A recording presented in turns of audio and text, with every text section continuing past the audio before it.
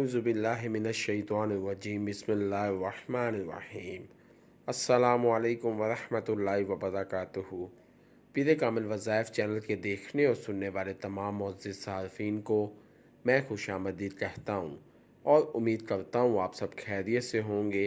मेरी दुआ है अल्लाह करीम आप सबको सदा खैर व आफ़ियत के साए में रखे, आपकी तमाम परेशानियां ख़त्म कर दे, आपकी झोली तमाम खुशियों से भर दे। आमीन। मैं गवाही देता हूँ अल्लाह रब्बुल इज़्ज़त की ज़ात माबूद बरहक है। अल्लाह पाक की ज़ात के सिवा कोई भी इबादत के लायक नहीं।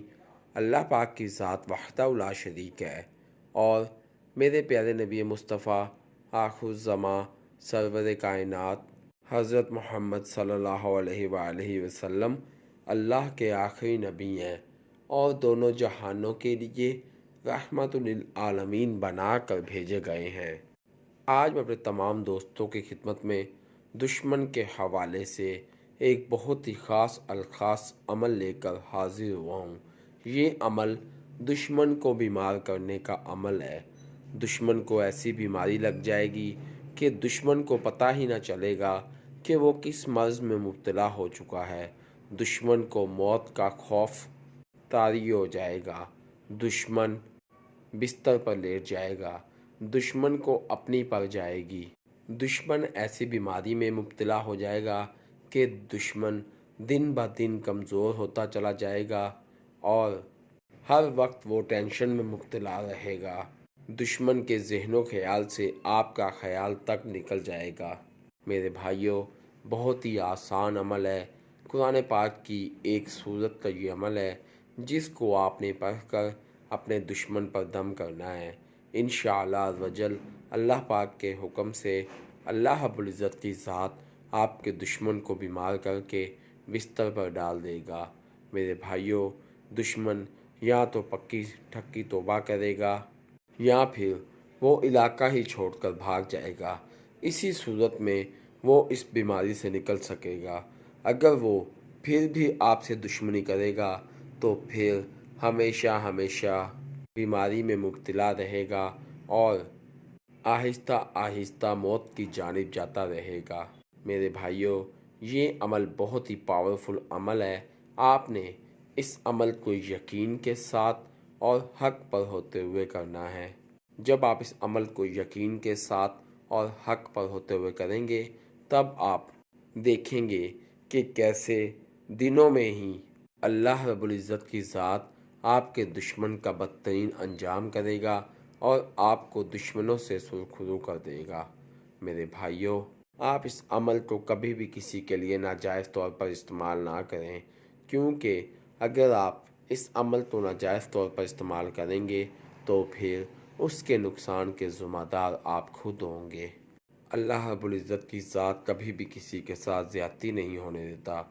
इसलिए मेरे भाइयों, कभी भी किसी के साथ नाजायज़ तौर पर अमल ना करें। हमेशा हक़ का साथ दें, हक़ की राह पर चलें, फिर ही अल्लाह रब्बुल इज़्ज़त की ज़ात आपको कामयाब करेगा।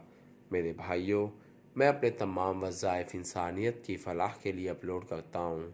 लिहाजा अगर आप मेरे चैनल पीर कामिल वज़ाइफ पर न्यू हैं या मेरी वीडियो को पहली मर्तबा सुन रहे हैं तो आप मेरे चैनल पीर कामिल वज़ाइफ को सब्सक्राइब कीजिए और साथ लगे बेल आइकन के बटन को प्रेस कीजिए ताकि मेरी हर नए आने वाली वीडियो का नोटिफिकेशन आप तक पहुंच सके और आप मेरी वीडियो से मुस्तफ़ीद हो सकें।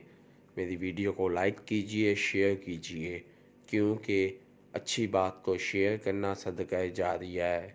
हो सकता है मेरी वीडियो की वजह से और आपके शेयर करने की वजह से आपके किसी भाई, किसी दोस्त का भला हो जाए। अगर आप मेरी दुआओं का हिस्सा बनना चाहते हैं तो कमेंट बॉक्स में अपना नाम लिखिए। इंशाअल्लाह मैं आपको अपनी ख़ुसूसी दुआओं में याद रखूँगा। अगर आप अपने किसी भी मसले के मुतालिक वजीफ़ा पूछना चाहते हैं तो कमेंट बॉक्स में अपना मसला लिखिए। इंशाअल्लाह मैं आपको आपके मसलों के मुताबिक वज़ाइफ बताऊँगा।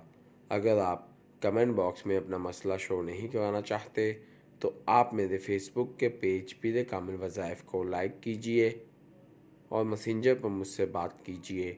इंशाअल्लाह मैं आपकी बेहतरीन रहनुमाई फरमाऊँगा।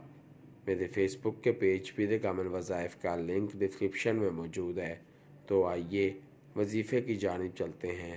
میرے بھائیوں، جیسا کہ میں نے پہلے بھی ذکر کیا ہے کہ ہمارا جو آج کا عمل ہے وہ قرآن پاک کی ایک سورت کا عمل ہے، جس کو آپ نے پڑھ کر دشمن پہ دم کر دینا ہے۔ انشاءاللہ رجل اس عمل کی برکت سے اللہ رب العزت کی ذات آپ کے دشمن کو بھی مار کر دے گا۔ اللہ رب العزت کی ذات آپ کے دشمنوں کا وہ حال کرے گا کہ دشمن بستر سے نہ اٹھ پائے گا، دشمن کی ساری عقل نکل کر رہ جائے گی، دشمن اتنا بیمار ہو جائے گا کہ دشمن کو موت کا خوف تنگ کرنے لگے گا۔ تو میرے بھائیوں، وہ صورت کون سی ہے، آپ نے کس طرح سے پڑھنی ہے، میں آپ کو بتاتا چلوں۔ میرے بھائیوں، آپ نے دن میں کسی بھی وقت ایک مرتبہ سورہ مزمل کی تلاوت کرنی ہے، اور اس کے بعد پھر آپ نے جب دعا کرنی ہے تو دعا میں اپنے دشمن کا اور دشمن کی والدہ کا نام لینا ہے۔ اگر آپ کو دشمن کی والدہ کا نام نہیں پتہ تو کوئی مسئلہ نہیں ہے، آپ اکیلے دشمن کا نام بھی لے سکتے ہیں۔ دشمن کا نام لیتے ہوئے آپ نے اللہ رب العزت کی ذات سے دعا کرنی ہے کہ اے میرے اللہ، اے میرے مالک، تو میرے حالوں کو بہتر طور پر جانتا ہے۔ تجھے معلوم ہے کہ میں نے کبھی بھی کسی کے ساتھ زیادتی نہیں کی۔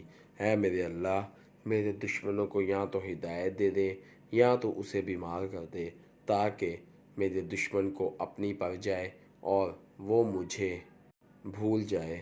اے میرے اللہ، میری حفاظت فرما اور میرے دشمنوں کو ہلاک کر دے۔ میرے بھائیوں، جب آپ اس دعا کو اس طرح سے مانگیں گے تو اللہ رب العزت کی ذات آپ پر اپنا خصوصی کرم فرمائے گا۔